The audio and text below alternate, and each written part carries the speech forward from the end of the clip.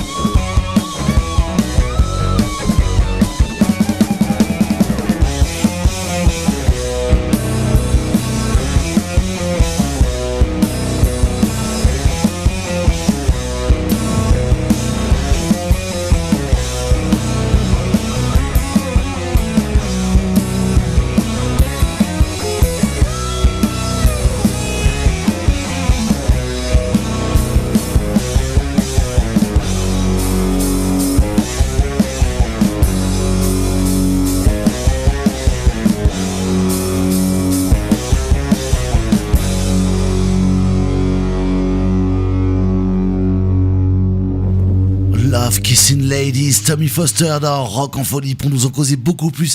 Et mon cher Tommy, je te l'avais promis, il est là, en chair et en os à côté de moi. Le professeur va te faire déjà une analyse. Je ne sais pas si t'as eu le temps tout à l'heure d'écouter déjà son labo, mais il va le refaire rien que pour toi. Une petite analyse, ensuite il va te poser une question que tu vas pas comprendre, et après il faudra que tu te débrouilles pour y répondre. Voilà, donc le professeur dans Rock en Folie. Bon, j'ai envie de dire d'abord pour commencer, d'abord salut Tommy. Et puis merci à toi Serge. Et pour commencer, un type qui se fait appeler papa, qui a un père qui menait un groupe de reggae, une mère qui était dans le rock, lui qui a été batteur de reggae puis guitariste de rock. Je pense pas que je puisse dire quelque chose qu'ils ne comprennent pas. Ça, je pense qu'on risque de comprendre les références. Ah, il y a des filles. Ils risquent de me suivre. Surtout si je commence par dire que incontestablement dans Roots and Roll, il y a un côté roots et un côté rock'n'roll. Je pense que là encore, on va être d'accord. Quand je dis roots, c'est parce qu'il y a ce côté vraiment ce qu'on disait tout à l'heure avec Julien, vraiment côté psychédélique 60s, 70s. On pense à toutes ces vagues Flower Power, on pense à Jimi Hendrix, on pense à Santana, on pense à Janis Joplin, on pense à tous ces gens-là. Et puis il y a au-delà de ça, c'est un peu là-dessus que j'ai envie de partir. Il y a un côté à la fois très connaisseur. Genre le mec qui a écrit ce disque, il sait de quoi il parle, il connaît tous ces groupes-là et il a envie de leur rendre hommage. Et en même temps, il y a un côté très frais, très spontané. Moi, j'ai l'impression que cet album a été composé, écrit, joué, enregistré en très peu de temps. ou alors en toute une vie, je sais pas. Très peu de temps. En fait, tranquillement, surtout, c'est clair, quoi. Je voulais pas me presser, vu que je faisais ça chez moi, tranquillement, tu vois.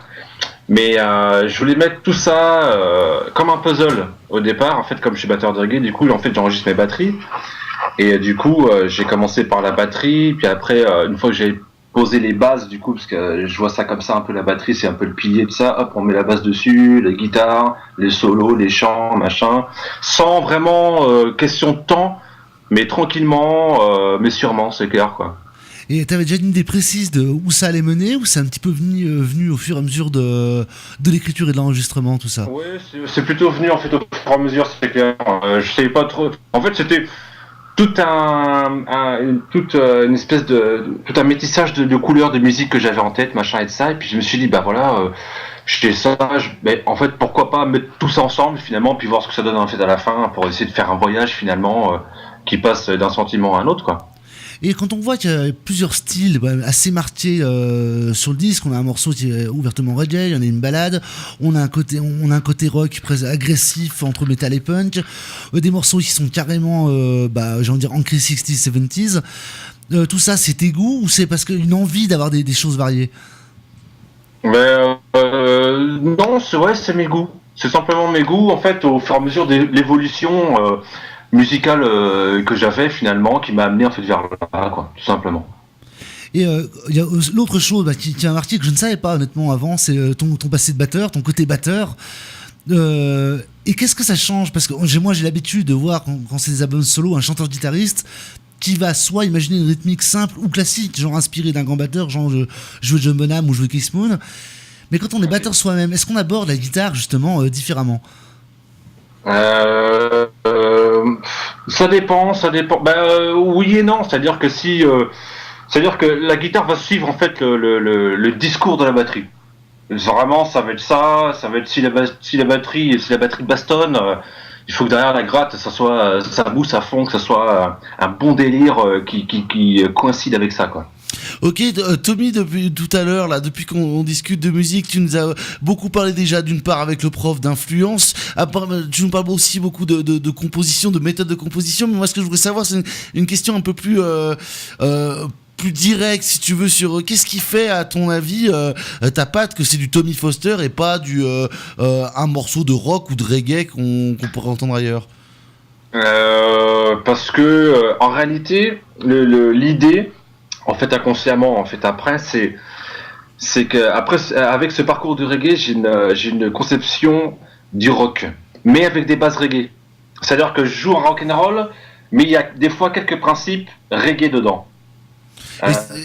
Et ça, c'est naturel pour toi, genre tu sais pas faire autrement parce que c'est comme ça que t'as appris, ou c'est vraiment une volonté de te démarquer en utilisant les rythmiques du reggae, ou enfin on va dire même pas les rythmiques, la signature du reggae pour faire du rock?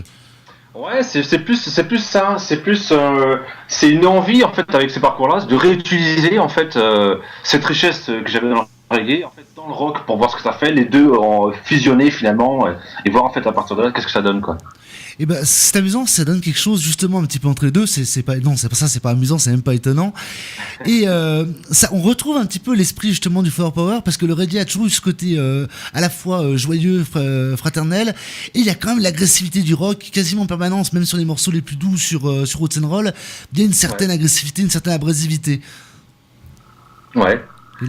Moi j'adore, ouais, parce qu'après moi j'aime bien justement le bon rock, voilà, qui part dans des folies pas possibles, on sait pas où on va, mais en tout cas ce qui est sûr c'est qu'on y va, et à partir de là essayer de créer une histoire avec l'énergie qui va dedans, et puis en fait voilà, le côté rock c'est vraiment grosse boule d'énergie en fait qui est mêlée à ça, quoi. Après, la culture du rock est liée à la culture du band, quoi. C'est une musique qui est toujours, quasiment toujours composée en groupe, joue pour un groupe. Ouais. Toi, t'as démarré tout seul. Bon, je sais que t'as des icônes, mais l'album, lui, tu l'as composé tout seul. Comment ça s'aborde ça? Est-ce qu'on devient un peu schizophrène pour pouvoir s'engueuler avec le bassiste parce qu'il veut monter son son et se disputer avec le guitariste qui veut absolument mettre ses solos devant en étant soi-même à chaque fois? Ou est-ce que, je sais pas, comment on aborde ça, justement cette dualité qui fait un petit peu la marque du rock'n'roll? En fait, voilà, moi comment je procède, c'est que en fait, voilà, j'ai toujours eu les bases de batterie, de basse, de guitare, machin en tête depuis longtemps déjà. Donc j'ai une espèce de schéma en tête quand même qui est là. Et dans l'album, du coup, voilà, j'essaie d'arriver finalement à ces conclusions-là. Et après, en live, ce qui devient en fait encore plus intéressant, c'est de justement laisser la place aux icônes qui sont là. Avec tout ça, de démarrer de là, et puis maintenant de raconter une nouvelle encore histoire avec le feeling de chacun pour aller encore plus loin. Mais au-delà de ça, quand on écoute l'album, il y a quand même un instrument qui domine. Tu poses avec assez souvent, et quand même elle est devant. La guitare est quand même là, la guitare lead. J'ai envie de dire qu'il y a deux guitares. Il y a une guitare rythmique qui est avec la basse et la batterie, qui a vraiment ce côté faire le groove. Et par contre, la musique, elle, sera faite par la guitare, par la voix aussi, mais c'est la guitare qui va dominer. Il y a un côté amoureux de la guitare chez Tommy Foster. Ouais, c'est vrai que j'adore ça, j'aime bien, et puis bon, on n'a pas fini d'apprendre, c'est sûr, mais justement, quand on commence là-dedans, en fait, on s'aperçoit que finalement, il y a des chemins pas possibles qui deviennent infinis, puis du coup, on essaie de vouloir exploiter un peu plusieurs possibilités, voir là où ça nous mène. Moi, j'aime bien à chaque fois essayer des trucs où d'habitude, j'ai pas l'occasion de le faire, et puis alors là, du coup, ou un truc qui était pas prévu, par exemple, l'improvisation, c'est un truc que j'adore aussi. Genre, ou alors même, par exemple, lors d'enregistrement, des petites erreurs comme ça, que finalement, je me dis, putain, ça déchire, finalement, attends, en fait, on va laisser ça, parce que ça me paraît plus frais, plus direct, plus brut, là, à un moment donné.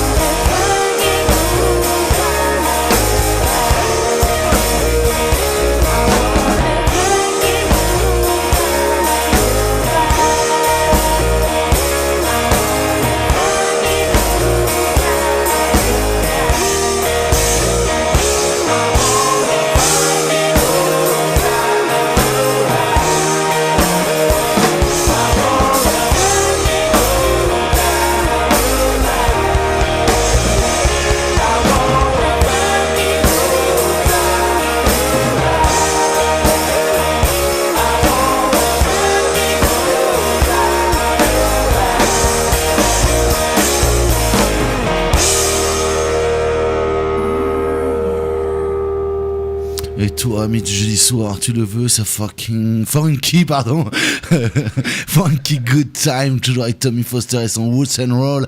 Dis-moi, Tommy, tu me dis que tu l'as enregistré tout seul cet album, ok, c'est quand même pas toi qui chantais tout seul cette chanson. Eh ben non, parce que le petit truc amusant du petit délire, c'est que j'ai fait venir chanter mes sœurs en fait avec moi. D'accord, ouais, bah. Tout simplement. Alors, me permets-moi de leur faire, je sais pas si on a le droit de faire un coucou à tes sœurs, tu n'es pas corse. Non, pire, hein, carrément quoi. Non, Tommy, si tu permets, justement, là, on parlait de tes sœurs qui sont venues faire des petits chants avec toi, mais justement, on va parler un petit peu de ton chant un peu plus, parce que là, t'as quand même plutôt tranché par rapport à ces racines reggae d'un côté, rock de l'autre. Le chant, lui, carrément axé rock, je pense. Ouais. Funky, soul, rock, ouais, plus dans ce côté-là, ouais, carrément. Et il y a deux choses qu'on peut remarquer sur le chant, oui, ce côté, comme tu dis, funky soul rock, qui est carrément, lui, vraiment fait penser à cette époque psychédélique. Et puis il y a le côté très personnel. C'est marrant parce qu'on a l'impression que... Moi, j'ai toujours l'impression que Tommy Foster était guitariste avant d'être autre chose. Après, tu m'apprends que t'es batteur en plus. Et pourtant, j'imagine pas quelqu'un chanter ta musique à part toi. Ouais, non, mais moi après j'aime bien en fait les refrains simples, les choses simples finalement, c'est clair. J'aime bien un peu cette idée d'avoir des refrains qu'en fait, ou que ce soit moi ou d'autres en fait, qu'on puisse en fait chanter tous ensemble d'ailleurs. Et en fait en concert on se marre souvent à faire participer aussi le public avec nous sur les refrains simples qu'on a, pour redonner une dimension finalement plus intéressante à la chose, quoi. Bah justement, c'est assez intéressant ce que tu dis, parce que pour un mec qui a composé son album tout seul dans sa chambre, hein, si tu permets de le dire comme ça, tu nous dis là qu'il y a une réflexion par rapport, c'est vraiment une réflexion par rapport à la scène. Volontairement, on compose simple pour faire chanter le public, pour qu'il y ait une communion, on va dire, avec le public, ou c'est parce que ça tombe bien qu'on en profite. Comment t'as vécu ça toi au niveau de la composition dans un premier temps? En fait ça dépend. Il y a eu des chansons où ça tombait sous le sens finalement qu'on puisse se marier avec tout le monde sur scène, machin et ça. Et puis d'autres chansons où là toujours cette même vibe en fait qui prône à chaque fois le partage. Parce que c'est le partage finalement. Cette dimension scène et partage, je pense que ça va un peu ensemble. C'est quelque chose que tu as envisagé dès le début. Bon, tu nous racontais que tu as commencé, tu as fait tes premiers pas dans la musique en étant batteur dans le groupe de ton père, donc déjà de la scène. C'est cette scène qui t'attirait dès le début, ou il y a quand même ou est-ce qu'il y a une volonté d'abord, on va dire, artistique? Bah, c'est vraiment la scène, ouais. C'est vraiment la scène qui, depuis le début, m'a grave attiré. À l'époque, quand j'y repense maintenant, c'était trop cool de faire de la batterie avec le papa, tout ça, et puis voir l'ambiance qu'il y a dans les petits pubs et tout, puis tout le monde est content, c'est trop cool. Ça m'avait déjà attiré grave. Je voulais aller encore plus loin, en fait, après. C'est trop cool, il faut que j'ai envie de faire pareil, moi aussi, d'évoluer, en fait, à partir de là, quoi. Mais au-delà de ça, parce que le vouloir est une chose, après il faut le réaliser. Le côté chanteur, j'ai l'impression que quand on est presque né musicien, il vient naturellement. Mais après, il y a la notion de se créer une personnalité, parce que je pense que t'en es conscient, c'est la première chose qu'on entend quand on écoute un morceau, quand on écoute un disque, c'est la voix. Et est-ce que tu l'as pensé avant de la poser, ou est-ce que c'est naturellement en composant? C'est quoi sa place dans la composition à la voix? C'est plus naturellement en composant, ouais. C'est pas, je me dis pas, tiens, je vais faire ci pour faire ça ou quoi. C'est en fait, je me lance complètement à l'improviste en me disant, bon, qu'est-ce que je peux faire ça? Si cette vibe, elle est cool ou quoi? Bon, bah ouais, moi j'aime bien ou quoi? Ok, bah c'est parti, on va là-dedans, puis c'est parti, quoi. Ah, du coup, on essaie après de tout mettre ensemble pour que ça puisse donner quelque chose, machin et ça, et puis voir si c'est sweet ou pas, tu vois. Et au niveau des textes, c'est le même délire, ou là il y a une volonté, parce que bon, je vais t'avouer une chose, hein, t'as la gentillesse de chanter dans la langue de Shakespeare que je connais pas moi personnellement, donc je suis un peu emmerdé, je sais pas trop de quoi ça cause. Dis-nous un petit peu déjà les sujets que t'abordes dans tes chansons, et quelle importance ça prend pour toi le texte, les mots en eux-mêmes. Simplement à travers des expériences en fait vécues, soit par moi ou soit en fait par les histoires que j'avais entendues. Notamment par exemple You Write Fucking Good Time, c'est vraiment le truc où tu te dis, je prends le camtar et puis je me barre sur la route, essayer de trouver des concerts, cette liberté de se dire c'est parti, on s'en fout si on gagne un rang ou pas, mais en tout cas c'est le plaisir de le faire avant tout, c'est clair, c'est la passion, et puis le fait d'imaginer que on puisse trouver des dates et puis là accrocher un public qu'on connaît pas, machin, voir comment il réagit en fait le soir même, tout ça, machin, et essayer de les faire réagir. Aussi l'interaction entre les deux, c'est quelque chose aussi qui me motive pas mal. J'aime bien l'inconnu, j'aime beaucoup l'inconnu. Et qu'est-ce que j'allais dire? Oui, je voudrais rebondir sur ce qu'on disait au tout début de cette interview, quand on parlait de cette influence assez marquée sur le rock hippie, quoi. 70s, où on retrouve aussi ce genre de thème. D'ailleurs, est-ce que c'est fait exprès ou t'es vraiment là-dedans à tous les niveaux? Ah ouais, ben en fait, je suis dans cette ambiance-là déjà, c'est clair, quoi. Ambiance cool, tranquille, tu vois, c'est clair. Tranquillement, temporelle. C'est-à-dire que finalement, de prendre le temps et puis de pas se prendre la tête surtout, c'est de faire la chose simplement et puis en fait honnêtement surtout, sincèrement. Et au niveau du message, parce qu'il y a toujours deux dimensions à un texte, un texte qui soit chanté ou autre chose d'ailleurs, c'est qu'il y a la dimension artistique, l'envie de parler de ce qui te touche, et puis après il y a l'envie de communiquer aussi avec ceux qui sont en face. Est-ce que pour toi, est-ce qu'il y a un message que tu as envie de faire passer, et à quel point c'est important pour toi, pour Tommy Foster? Simplement d'être soi-même, c'est-à-dire que dans les chansons qui sont dans l'album, par exemple Reggae Music, je dis en grosso modo, voilà, c'est le Rasta qui joue du reggae, de la pop et du rock. Pas forcément d'étiquette justement, comme on a l'habitude de faire et ça, c'est simplement être soi-même finalement, quoi. Se dire bah voilà, je suis Rasta, c'est sûr, mais en fait j'aime aussi le funk, le reggae, le rock et tout ce qui va derrière finalement, donc être soi-même simplement, quoi. Et après j'ai envie de te poser une question que tu vas certainement trouver hors de propos, mais j'aime bien la poser quand même parce qu'on me la pose moi souvent, le choix de la langue, quoi, parce que en jouant face à un public francophone et en chantant en anglais, il y a de fortes chances qu'il y en a comme moi, les 4/5e qui comprennent pas un mot. Est-ce que ça te pose un problème ou pas à ce niveau-là? Non, pas forcément. Simplement, je trouve que la langue anglaise, en fait, je suis plus à l'aise dedans. Disons que, tu vois, je suis plus à l'aise dedans. Ça me vient ça me vient plus facilement, simplement. Et le groove qu'il y a là-dedans, faire groover les mots entre eux, c'est quelque chose qui me plaît bien, c'est clair, quoi. C'est déjà plus difficile en français, en fait.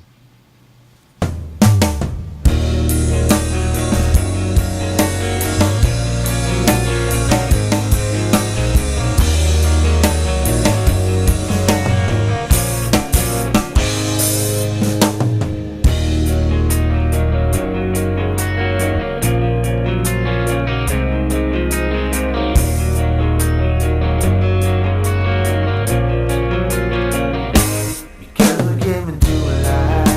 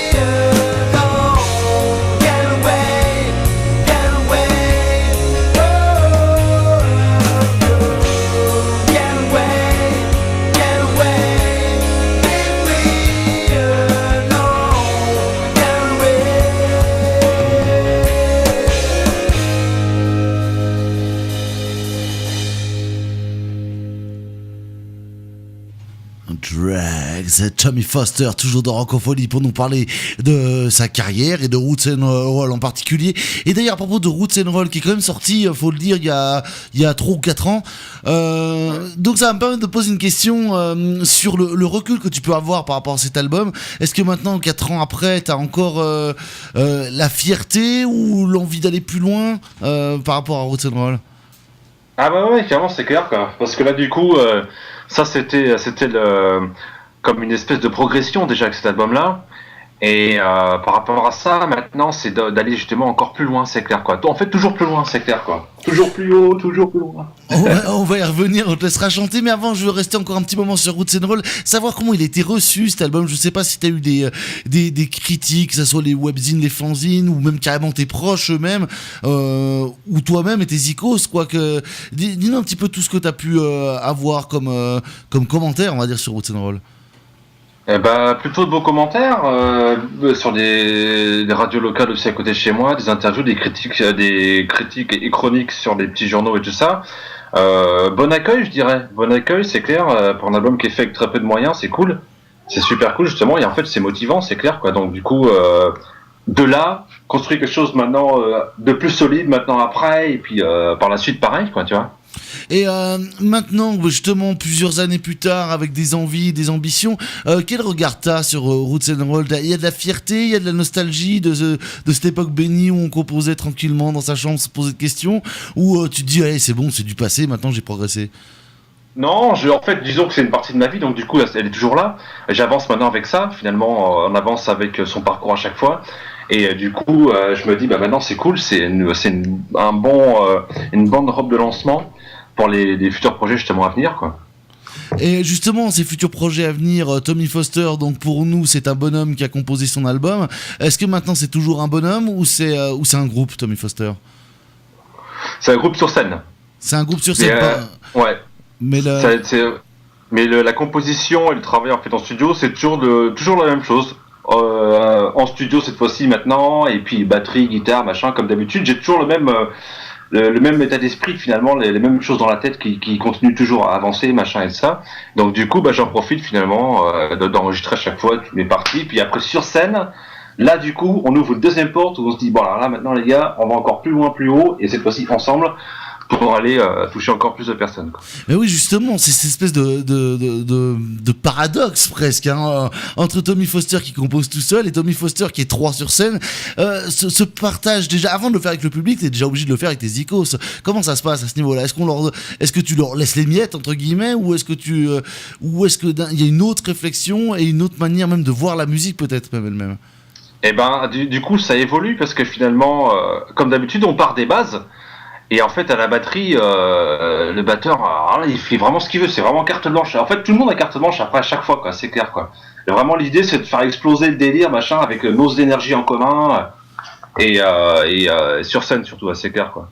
Quand on parlait des 60s tout à l'heure, il y a dans Roots and Roll un côté très 60s justement, des chansons qui sont assez simples et qui autorisent complètement le décollage en jam. On va citer Queen par exemple, il y avait des chansons de 3 minutes qui ont duré 27 sur scène. Est-ce que c'est une chose que tu vas garder encore et encore dans ce que tu composes? Je me laisse cette carte-là. C'est-à-dire que, mais ça dépend en fait du moment et de l'ambiance qu'il y a dans les concerts et de ça. Si c'est cool, machin et tout, on fait durer, on fait chanter tout le monde, on s'éclate et tout ça, tu vois.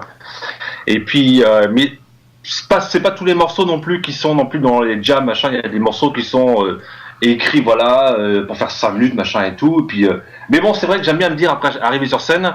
Bon, et si on faisait un autre truc avec ça et qu'on partait encore plus loin sur scène pour voir ce que ça donne. C'est vraiment à chaque fois l'idée de voir où est-ce que ça nous amène finalement. Mais justement, où ça t'amène, d'accord, mais aussi où est-ce que le public te cherche? Parce que t'arrives avec un concept qui est très personnel, une culture qui est, excuse-moi de te le dire comme ça, un petit peu quand même poussiéreuse pour la jeunesse d'aujourd'hui. Comment c'est accueilli justement par les mecs qui savent pas du tout à quoi s'attendre quand ils voient Tommy Foster sur scène? C'est plutôt un accueil sympathique parce que bon, il y a le côté trio guitare rock en fait qui est là aussi. Et mais ce qui est assez étonnant en fait aussi, il y a surtout beaucoup de vieux qui aiment bien en fait le vieux rock comme ça d'ailleurs. Et la plupart du temps, c'est souvent eux aussi qui dansent. qui dansent aussi, qui n'hésitent pas à danser d'ailleurs sur le roots and roll, sur la vibe en fait qui se présente là maintenant, parce que ça leur rappelle finalement une période de leur vie ou autre. Et puis moi en fait finalement ça m'éclate de faire cette musique là parce que c'est là-dedans que je vois il y a plein de trucs aussi à faire, plein de possibilités. Et donc l'idée c'est de se dire bah voilà on a ça mais allons-y jusqu'au bout quoi. Moi, quand j'écoute Roots and Roll, c'est un album qui m'inspire deux choses. D'abord, ça bouge dans tous les sens. Et ensuite, elle sourit en permanence. Et ce que vous voyez pas, chers auditeurs, c'est que nous, on a la webcam avec Tommy en face de nous. Et c'est un mec qui a toujours le sourire et qui bouge dans tous les sens. Est-ce que c'est une chose qu'on garde aussi sur scène, ça? Ah ouais, bah obligé, c'est clair quoi. Ouais, c'est clair, c'est vraiment le truc impossible de tenir sur place, surtout quand tu joues du rock. Tu peux pas être stoïque et puis tu joues non, il faut vraiment que là, il faut que l'âme parle, ça devient après spirituel clairement en fait après, et puis du coup communication directe, et puis alors là l'énergie part là-dedans, puis on peut plus tenir en place, c'est parti quoi. Bon là t'es en train de nous vendre un gâteau au chocolat quoi, tu nous fais rêver grave.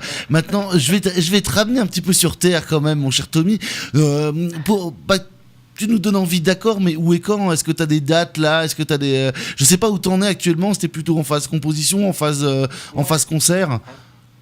Alors là, c'est plutôt phase composition, parce qu'il y a un nouvel album qui va apparaître début 2015, que je suis en train de finir de peaufiner d'ailleurs, et donc du coup, pour l'instant, pas trop de dates. En fait, la prochaine date, sinon qu'il y a, c'est dans un mois, à Londres, le 25 novembre, un mardi. Et donc, c'est à côté de Shoreditch, dans la banlieue de Londres, et c'est le prochain concert qu'il y a, celui-là. Mais il n'y en a pas beaucoup pour l'instant, parce que du coup, j'attends de finir vraiment l'écriture pour me concentrer après sur les concerts à venir. Eh ben, écoute, je sens que t'en crèves d'envie, et moi, je m'amuse à te faire traîner, mais ça y est, je vais te lâcher. Tu vas pouvoir y aller, tu vas pouvoir nous parler un petit peu de ce nouveau projet, de cet album qui arrive dans très très peu de temps, ce que tu nous dis. Donc, là, t'es en train de le peaufiner, ça veut dire qu'il est déjà composé. À quoi ça ressemble par rapport à Roots and Roll? Fais-nous un petit jeu des cette différence ou des cette ressemblance, comme tu veux. Alors là, on part dans le délire, toujours pareil. Pour Roots and Roll, c'était déjà un peu le délire de mettre un peu tout ça, toutes ces musiques là, aussi différentes qu'elles soient ensemble, et puis de voir ce que ça donne. Et le prochain album qui va arriver, ça va être plus rock, toujours rock 70 dans cette ambiance là, avec une espèce de soupçon spatial. Les étoiles et tout ça, ce genre de délire ovniesque. Voilà, c'est ça. Ouais, là aussi, tu nous fais grave rêver. Tu dis début 2015, il va falloir absolument qu'on se revoie pour en causer de ça. Je pense que le rendez-vous est déjà calé quelque part. Pour finir, parce qu'il va bientôt être l'heure de finir, avant de te laisser dire du bien, tous ceux qui t'ont envie de dire du bien, on va revenir à ça. Donc tu nous parlais d'une date en Angleterre, t'as donné une adresse, je pense que personne n'a eu le temps de la noter. Le plus simple, c'est pas de la redire, ça servira à rien, mais c'est plutôt de nous dire où te joindre, où te trouver, s'il y a du Facebook, s'il y a du site internet, comment on fait pour savoir les news de Tommy Foster? Alors, c'est très simple, il y a plusieurs liens. Le premier, c'est le site internet et le site web. Donc ça, c'est www.tommyfoster1.wix.com/TommyFoster, tout simplement. Ensuite, on a la page Facebook, www.facebook.com/TommyFosterBand. Le SoundCloud pour le côté audio, où on écouter des titres, donc soundcloud.com/TommyFoster, toujours pareil. Et vous pouvez trouver évidemment tous ces liens sur la fiche groupe www.rockofoli.com de Tommy Foster.